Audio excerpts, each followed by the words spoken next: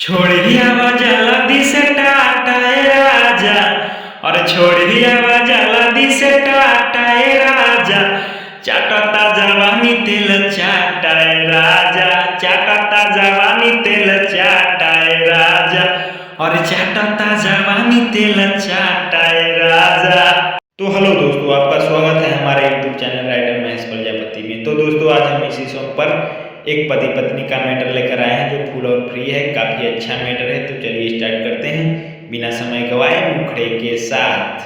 बतिया ना बुझेला एहो राजा जानी से जिया पर तड़पेला मोर जवानी एहो, अरे बतिया ना बुझेला एहो राजा जानी से जिया पर तड़पेला मोर जवानी छोड़िया वजला दिसे लुधियाना ए राजा छोड़िया वजला दिसे लुधियाना ए राजा धइले ता जंग मोर खजाना ए राजा धइले ता जंग मोर खजाना ए राजा और धइले ता जंग मोर खजाना ए राजा।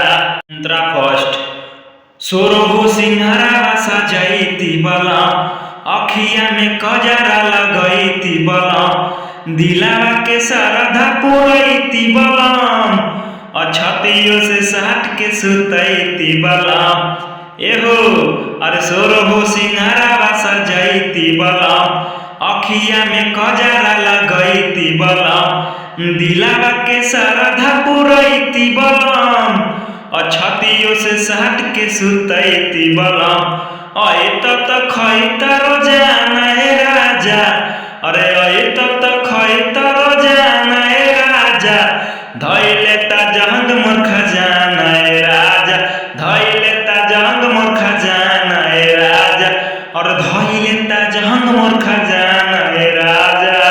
तो दोस्तों, लास्ट अंतरे के लिए हमसे संपर्क करें। हमारा नंबर चैनल के डिस्क्रिप्शन बॉक्स में दिया हुआ है।